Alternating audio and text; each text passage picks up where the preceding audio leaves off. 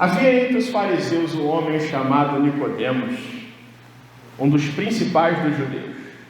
Este noite foi ter com Jesus e lhe disse: Rabi, sabemos que és mestre vindo da parte de Deus, porque ninguém pode fazer estes sinais que tu fazes, se Deus não estiver com ele. A isto respondeu Jesus: em verdade te digo, que se alguém não nascer de novo, não pode ver o reino de Deus.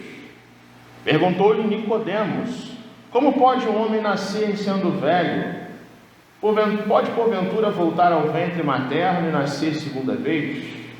Respondeu Jesus: em verdade te digo, quem não nascer da água e do Espírito não pode entrar no reino de Deus. O que é nascido da carne é carne, e o que é nascido do Espírito é Espírito. Não te admires de eu te dizer: importa-vos nascer de novo. O vento sopra onde quer, ouves a sua voz, mas não sabes de onde vem, nem para onde vai. Assim é todo o que é nascido do Espírito. Então lhe perguntou Nicodemos: como pode suceder isto? Acudiu Jesus: tu és mestre em Israel e não compreendes estas coisas? Em verdade te digo, que nós dizemos o que sabemos e testificamos o que temos visto, contudo, não aceitais o nosso testemunho. Se tratando de coisas terrenas, não me credes? Como crereis se vos falar das coisas celestiais? Ora, ninguém subiu ao céu, senão aquele que de lá desceu, a saber, o Filho do Homem, que está no céu. E do mesmo modo, porque Moisés levantou a serpente no deserto, assim importa que o Filho do Homem seja levantado, para que todo que nele crê tenha a vida eterna. Ó Deus, nós te louvamos, Senhor, nesta manhã gostosa, Senhor, ensolarada e bonita que o Senhor preparou para nós. Te louvamos, Senhor, porque os céus proclamam a tua glória. Ao olharmos, Senhor, para a natureza, para as árvores, os jardins do nosso bairro, Senhor, chegando à tua igreja, chegando à tua casa, Senhor, já nos contentamos, Senhor, por mais uma semana abençoada que tu nos concedeste.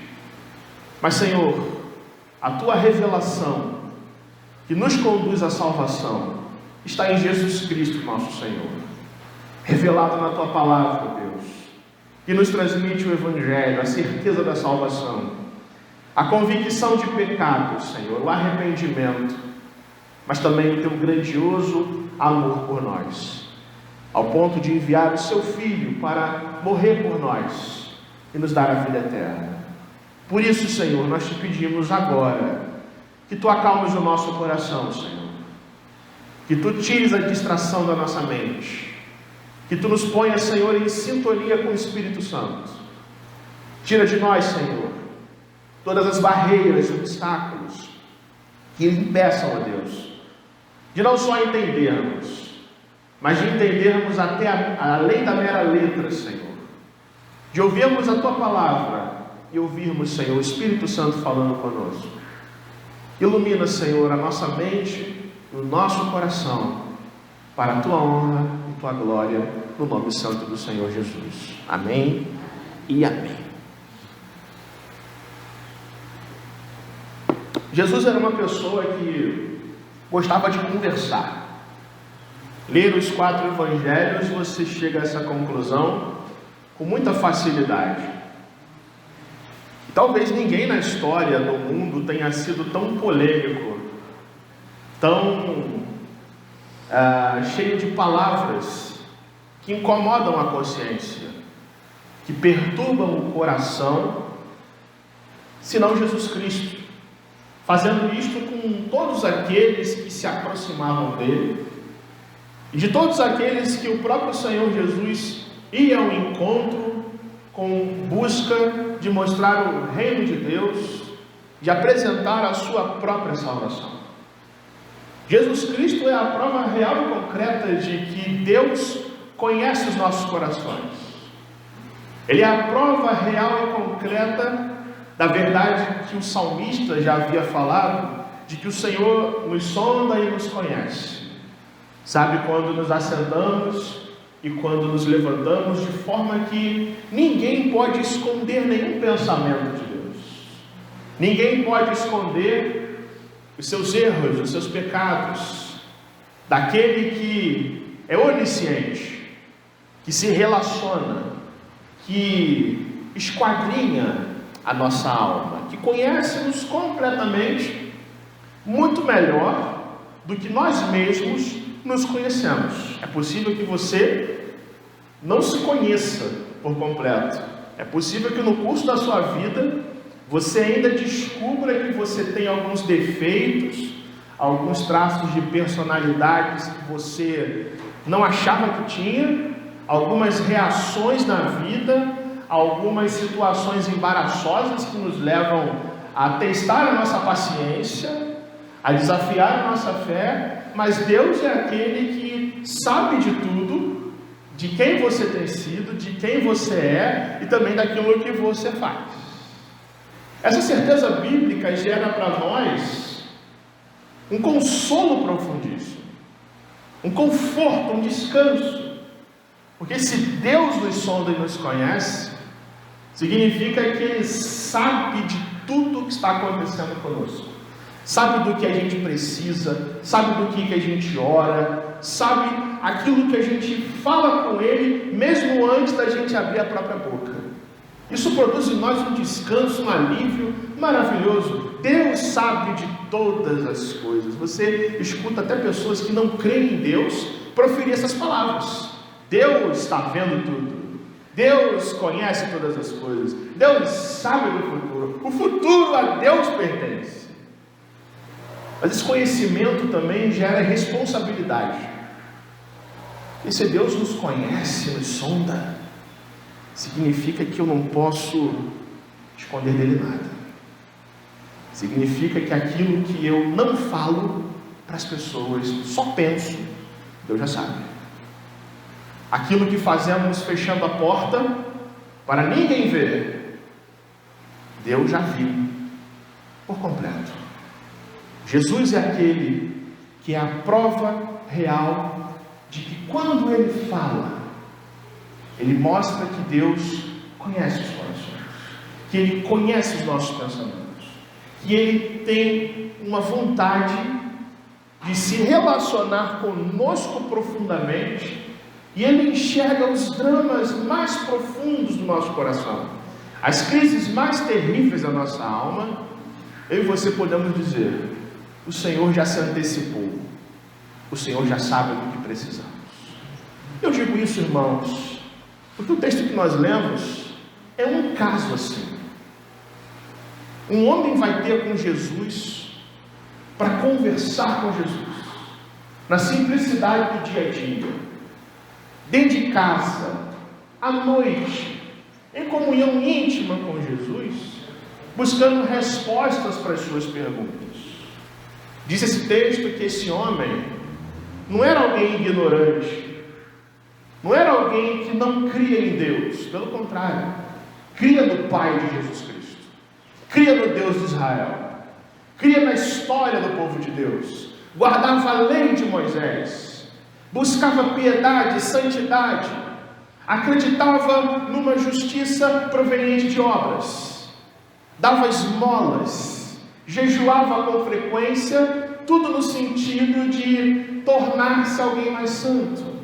Mas mesmo uma pessoa assim se sente incomodada, se sente incompleta, se sente necessitada de ir ter com esse profeta, esse rabi, esse mestre, ainda meio que iniciante no seu ministério, e decide tomar a decisão melhor que ele poderia tomar na sua vida: conhecer a Jesus, conversar com Jesus, tirar as suas dúvidas com Jesus e se relacionando com Ele profundamente. Esse homem era Nicodemos, descrito pelo apóstolo João aqui como um fariseu e um dos principais desta seita judaica chamada fariseu, um homem da religião.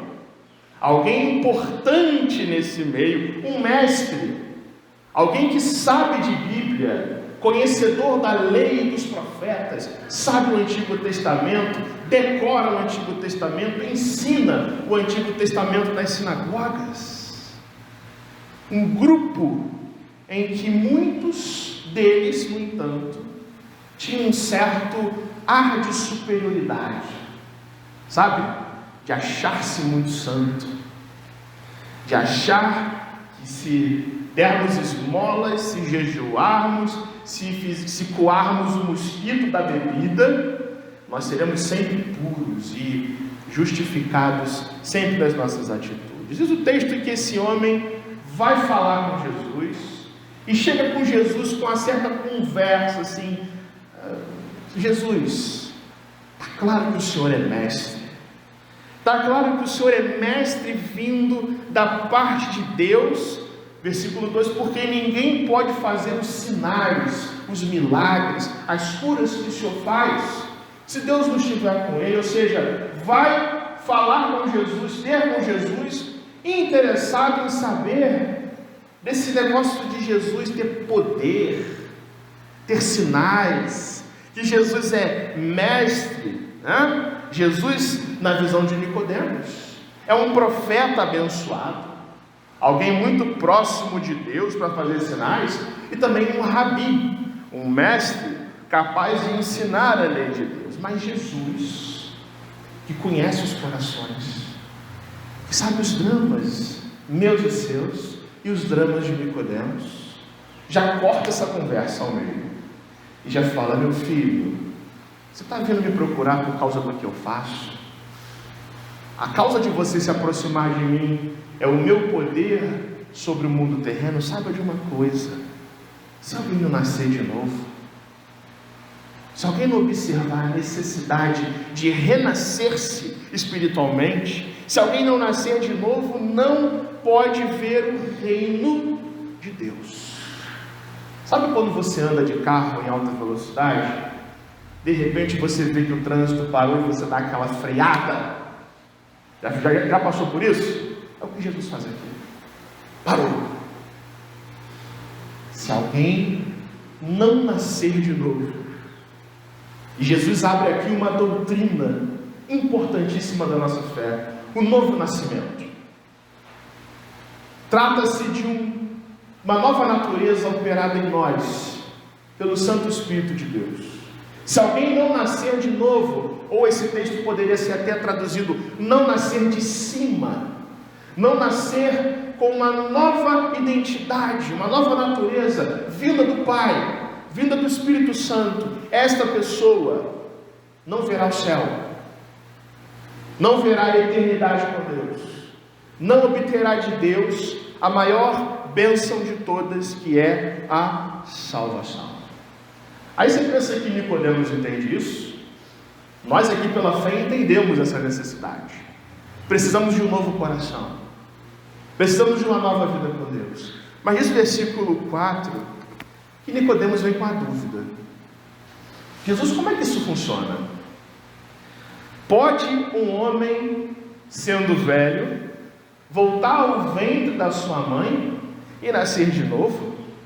Não entende esse provérbio de Jesus, esse ensino de Jesus. Jesus responde: em verdade, Nicodemos, com toda certeza e solenemente eu te digo, que se alguém não nascer da água e do Espírito, essa pessoa não entra no reino de Deus.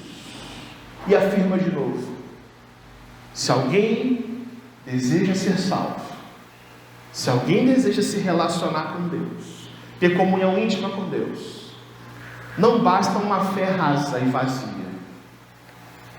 não basta a mera admiração pelos feitos de Jesus, não basta crer no Senhor Jesus como um grande profeta, como um ser, uma pessoa que abençoa.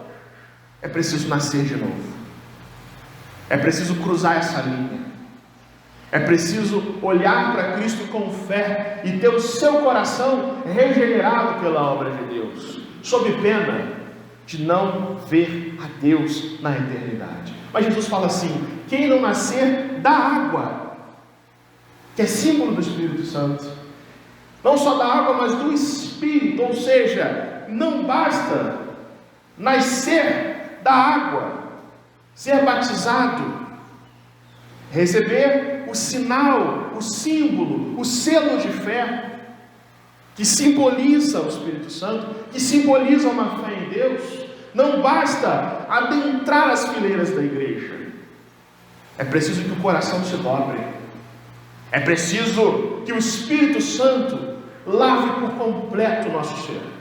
É isso que Jesus diz. E quem não nascer da água e do Espírito não entra na vida eterna, não verá o reino de Deus na sua glória. E Jesus prossegue, sabe por quê? Verso 6: o que é nascido da carne é carne, o que é nascido do Espírito é Espírito.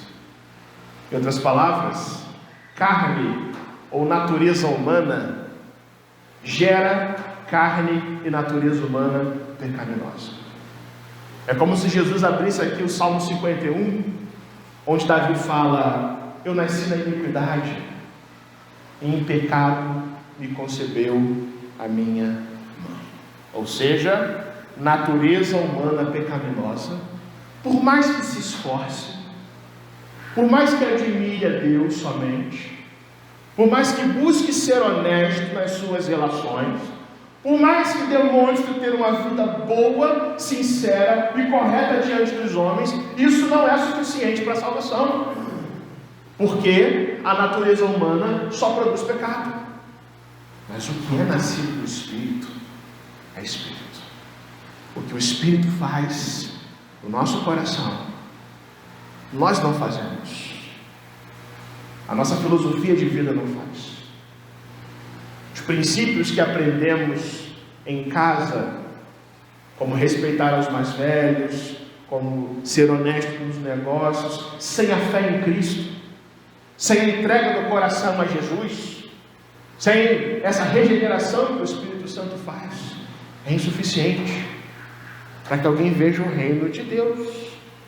E aí Jesus fala no verso 7: não te admires, Nicodemos, não fique perplexo, não fique confuso, de eu te dizer, e Jesus diz mais uma vez: importa-vos nascer de novo. Para um homem da religião como Nicodemos, um fariseu, essas ideias, irmãos, são ainda bem estranhas. Falar para um fariseu de que a salvação provém unicamente do Senhor, de uma obra que Deus faz em nós, e não como sendo fruto de ritos religiosos externos, obras, conduta e aparência, a ideia de salvação como uma dádiva de Deus, um presente da graça de Deus, é uma ideia estranha, esquisita. Quando nós só estamos, irmãos, na mera religiosidade, quando nós só nos relacionamos com Deus por protocolos religiosos. Por isso, Jesus diz para Nicodemos: não te admires, até você, que é um homem religioso, conhecedor da lei e dos profetas, tem a vida certinha, como os que tinham antes de beber, guarda bem o sábado, dá esmolas, faz jejuns, ora com regularidade, até você, crente, religioso, precisa passar por esse lavar regenerador do Espírito Santo. E Jesus diz mais, verso 8: o Espírito Santo é como vento, e o vento sopra onde quer. Você ouve a sua voz, mas não sabe de onde vem, nem para onde vai, e assim é todo aquele que é nascido do Espírito. Olha o que Jesus está dizendo, que novo nascimento, essa necessidade que todos nós temos, meus irmãos, é iniciativa soberana de Deus. O Espírito sopra onde quer, e como o vento, Deus é independente, vai aonde bem entende, e atinge o coração de quem Ele deseja atingir. pode ser o bêbado da esquina, pode ser o macumbeiro da praça, pode ser um membro de igreja, há 50 anos membro de igreja, que nunca se encontrou com Cristo, pode ser a sua mãe, o seu pai, aqueles com quem nós entregamos ao Senhor em oração. Diz Jesus aqui, que quando converter, que quando fazer a pessoa nascer de novo, não é uma atitude nossa, não somos nós que buscamos a Deus, não somos nós que por nossas próprias pernas e por nossas próprias forças, é que decidimos, agora eu vou ser salvo, agora eu vou ser crente. Não, isso é prerrogativa do Espírito de Deus, que é livre, e ninguém diz a Deus aonde ele tem que ir quando o assunto é salvar. Aliás, com relação a nada. Então lhe perguntou Nicodemos. Jesus fala coisas bonitas, coisas novas, e olha o religioso que pergunta: como pode suceder isto? Consegue perceber no texto isso? Uma dificuldade de entender as coisas, de aceitar a palavra, de compreender a graça de Deus. Aí diz o texto assim: acudiu Jesus. E acudir, irmãos, no idioma grego, é uma ideia de falar de novo uma coisa que já foi dita. Está claro, todo mundo está vendo, e Jesus acode e fala de novo, e diz assim: você é mestre em Israel e não sabe dessas coisas? Você conhece a palavra, você conhece a lei, mas o principal, que é a salvação, a obra que o Espírito faz, você não compreende. É com esse tom, irmãos. Você é um grande professor diante do povo, um dos principais dos judeus, e não consegue olhar para a salvação, olhar para o que Deus faz na vida prática de você e do povo, de todo aquele que crê em Jesus. Aí, meus irmãos, do versículo 11 ao versículo 15, Jesus começa a pregar um sermão, um dos seus mais maravilhosos sermões, que vai culminar em João 3,16. Se você já leu João 3,16 e sabe de cor, o princípio está aqui. Um dos maiores sermões da história foi pregado por uma pessoa só, à noite, dentro de casa, mas fala profundamente aos nossos corações. Aí Jesus diz assim, olha no texto: em verdade te digo, versículo 11, que nós dizemos o que sabemos, e testemunhamos ou testificamos o que temos visto, contudo, vocês não aceitais o nosso testemunho. Sabe o que Jesus está dizendo? Nicodemos, você pode conhecer o Pai de ouvir falar, mas eu conheço de ver. Nicodemos, você pode se achar um grande entendedor da palavra, mas eu sou aquele que tem intimidade, sou um só com o Deus e Pai. E ele fala, meus irmãos, no plural: em verdade te digo que nós dizemos. Perceba no verso 11, todos os verbos estão no plural. Nós dizemos, sabemos, testificamos, mas vocês não aceitam o nosso testemunho. Sabe por quê, meus irmãos? Lá no capítulo 1, João mostra a pregação de João Batista. E João Batista se levanta pregando o reino de Deus, dizendo que o Messias está próximo. E aí, o que acontece? Jesus se levanta em seguida, prega a palavra, anuncia o reino. E o que acontece, meus irmãos, é que muitas pessoas em Israel estavam rejeitando a pregação, rejeitando o Evangelho e se negando a crer que o ungido de Deus, o Messias de Deus, já estava no meio do povo. Por isso Jesus fala o que diz no versículo 11: a mensagem está clara, o reino está claro, o novo nascimento está claro para todos vocês. O que vocês precisam é parar de rejeitar, é parar de se distrair, é parar de pensar que a solução está em outras coisas, que não a salvação que o Filho do Homem, que Jesus Cristo, produz na terra. Verso 12: se tratando de coisas terrenas, não me credes, como crereis se vos falar das celestiais? Perceba isso, meu irmão. Ou seja, se você não entende o que Deus faz na terra, a fim de fazer o homem nascer de novo, de salvar o homem, como que você vai conseguir crer no céu? Como você vai conseguir crer na vida eterna, se você não consegue crer no que Deus, pela sua graça, faz, apresentando o céu para os homens, a salvação? Jesus diz: ora, ninguém subiu ao céu, versículo 13, senão aquele que de lá desceu, que é o Filho do Homem que está no céu. Isto é, nenhum homem na terra subiu ao céu, encontrou o Pai e voltou para relatar as coisas que o Pai faz lá no céu. Mas Jesus Cristo, aquele que habitava na eternidade com Deus, aquele presente com o Pai na história, é que desce ao mundo para anunciar esta salvação, para que Ele mesmo seja reconhecido e seja visto como aquele que promove o novo nascimento nos corações. Versos 14 e 15, Jesus brilhantemente, irmãos, fecha essa mensagem, fazendo uma comparação com o Antigo Testamento, já que Nicodemos é um fariseu, conhece o Antigo Testamento. Então Nicodemos entendeu o que é que desenha, para que não haja dúvidas. O que eu estou fazendo no mundo é a mesma coisa que Deus fez quando mandou Moisés levantar a serpente de bronze no deserto. Verso 14: do mesmo modo que Moisés levantou a serpente no deserto, assim importa que o Filho do Homem seja levantado, para que todo que nele crê tenha vida eterna.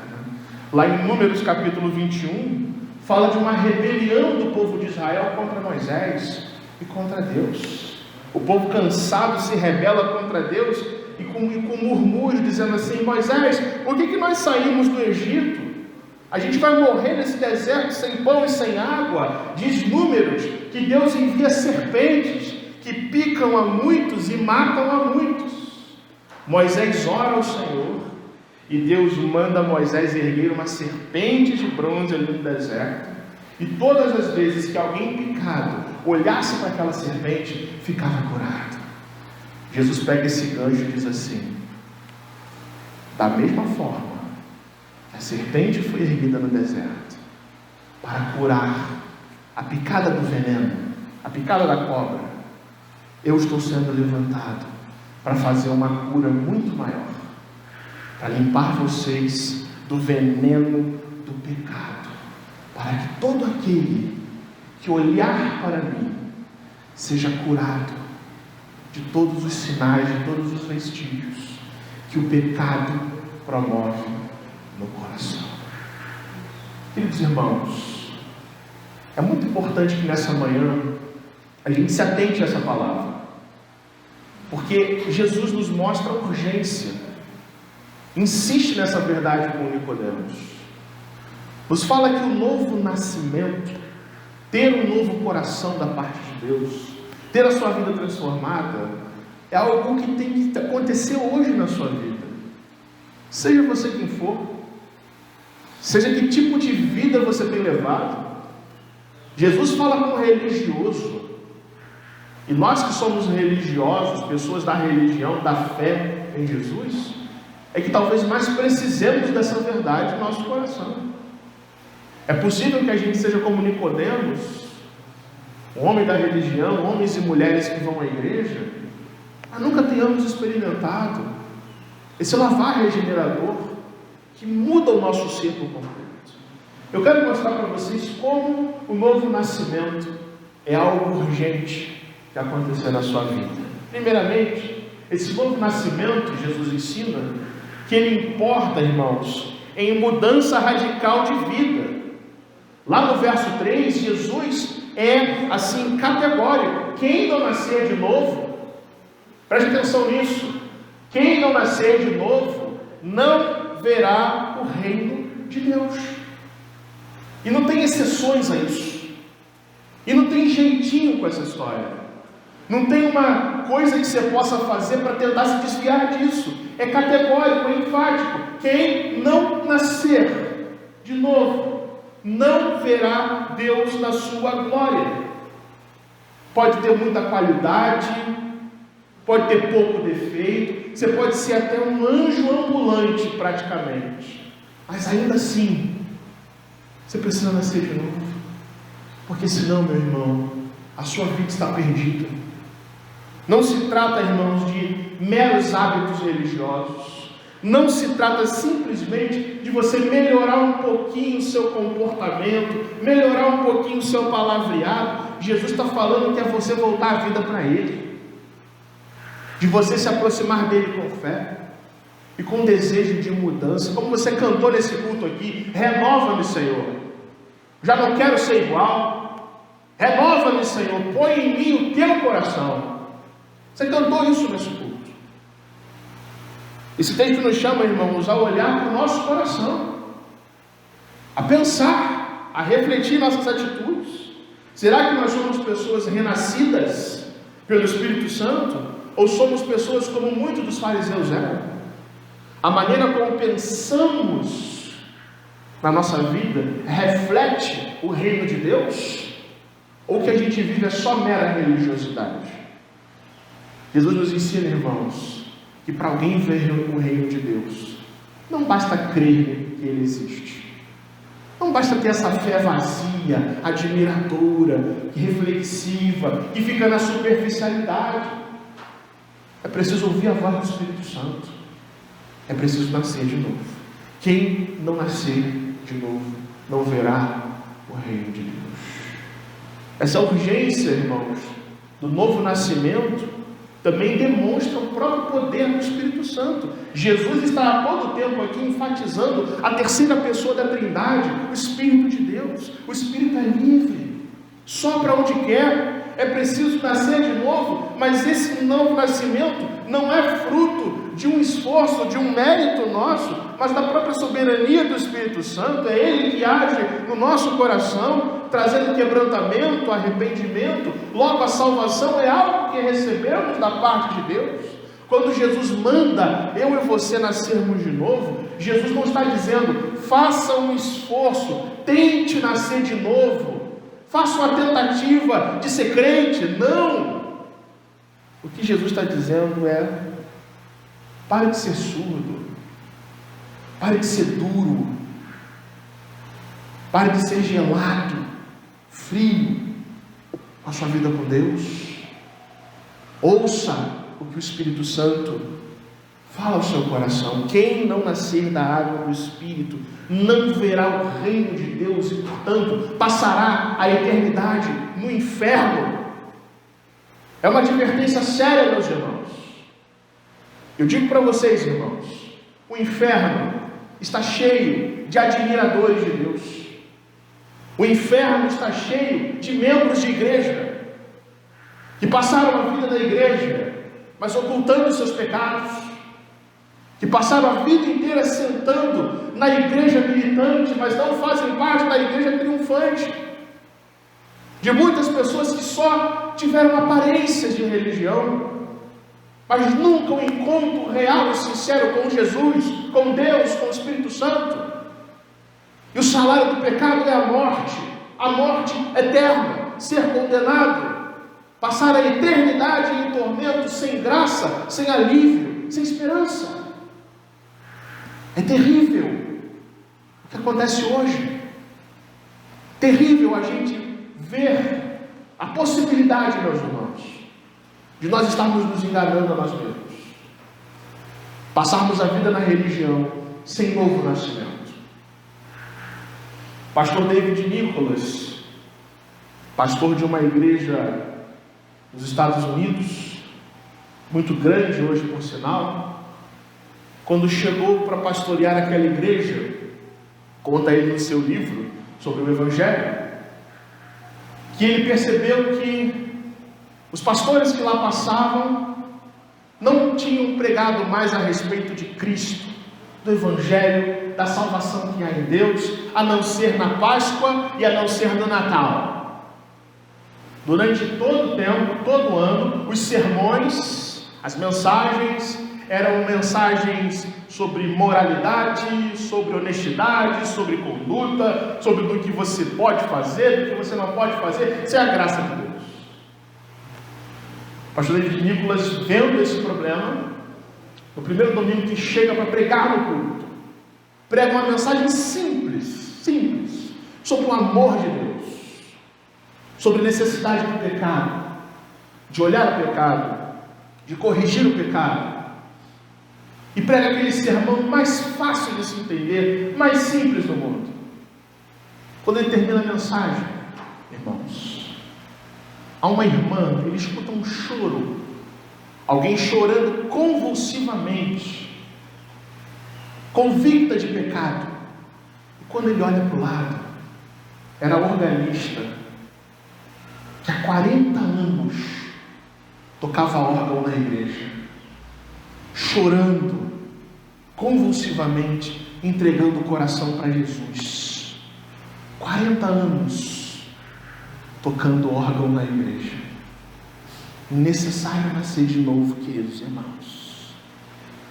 É necessário a gente parar só com a admiração teórica, mas olhar para Jesus com fé, como Filho de Deus, como Salvador. E por isso Jesus insiste: nasça de novo, creia em mim, para você de graça ter a vida eterna. Não somos crentes, irmãos, porque desejamos ser crentes. Não somos crentes por nossa própria vontade, mas porque Deus nos chamou. Porque uma decisão já foi tomada por Deus no céu há muito tempo. Foi porque Jesus veio ao mundo para dar a sua vida numa cruz. Foi porque o Espírito de Deus nos regenerou para uma esperança viva, que não fica podre, que não cessa, preparada para todos nós na sua glória. Jesus por fim nos fala que o novo nascimento é urgente e ele requer de nós esvaziamento do nosso coração, esvaziar-se de nós mesmos.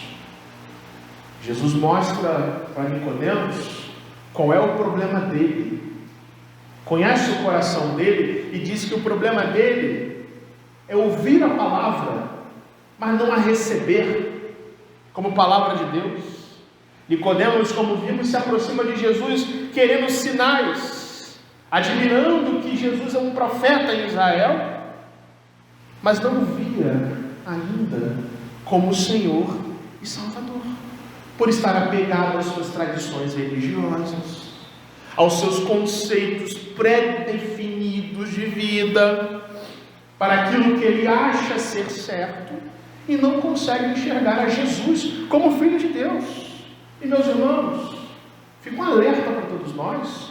Nós precisamos mudar o nosso olhar para quem Jesus é, mas nós não vamos conseguir fazer isso, a não ser que o nosso coração se desarme, a não ser que a gente esvazie-se dos nossos conceitos e preconceitos. Nós não nascemos de novo, nós não vemos a Deus na sua glória. É a gente, irmãos, perceber, esvaziar-se, e a gente perceber que a nossa vida, a vida que você tem, o seu dia a dia, por mais que seja uma coisa boa, por mais que você tenha tudo dentro de casa, por mais que você até lute para conseguir muitas coisas, por mais que a vida na terra seja interessante, agradável, cheia de conquistas e triunfos, irmãos, tudo isso é incompleto se a gente não tem Jesus no nosso coração. É a gente esvaziar-se e perceber que a satisfação que a gente tanto busca, que a felicidade que a gente tanto busca, que as nossas próprias buscas que a gente tanto busca e se cansa e escala montanhas para conseguir, só tem sentido, só presta para alguma coisa se Jesus for o centro. Se a gente perceber que só Jesus nos concede satisfação. E portanto, irmãos, Jesus nos chama nessa manhã a termos um novo nascimento e nos esvaziarmos, a negarmos a nós mesmos, tomar a nossa cruz e seguir a Jesus, entender o que Ele faz nas nossas vidas hoje, para entendermos o que Ele vai fazer conosco na eternidade, no céu. Isso requer de nós mudança de conceitos. A nossa maneira de ver a Cristo precisa ser outra, bem diferente do que estamos vivendo hoje. Quem é Jesus para você, meu irmão? Quem é Jesus para você? Alguém distante? É alguém com quem você tem relacionamento? Qual é a sua motivação de estar aqui nessa manhã? É porque Jesus te chamou mesmo? É porque o Espírito Santo te levantou da cama nessa manhã para adorar o seu nome? Ou será que existem outras motivações? Nada a ver com Jesus, nada a ver com Deus, nada a ver com o novo nascimento, para estar aqui nessa manhã. Jesus nos chama, irmãos, nessa manhã, a repensarmos tudo. Repensarmos toda a nossa vida. Quem nós temos sido até aqui? Como tratamos as pessoas? Como reagimos à vida? Como pensamos os problemas da vida? Como tem sido o nosso próprio testemunho, especialmente com aqueles que não conhecem a Cristo? Sem bom testemunho, irmãos, não há evidência de novo nascimento no coração. Necessário nós nascermos de novo. Jesus também nos chama a uma exortação. Seja crente de verdade. Crente de verdade é aquele que primeiro experimentou o novo nascimento, a obra do Espírito Santo no seu coração. Ouça o que o Espírito diz ao seu coração e não endureça o seu coração. Como diz a palavra, se você hoje ouvir a voz do Senhor, não endureça o seu coração. E receba de graça a salvação que vem de Deus. É isso que Jesus te chama nessa manhã. Jesus também nos chama, irmãos, a romper com o orgulho que nos enche e muitas vezes nos impede de reconhecê-lo como o Senhor das nossas vidas. Jesus nos chama a deixarmos de ser como os fariseus, orgulhosos das suas próprias obras, mas a sermos discípulos de Cristo, ensinados por Jesus, salvos por Jesus e renascidos pelo lavar regenerador do Espírito Santo. Deus nos abençoe nessa manhã.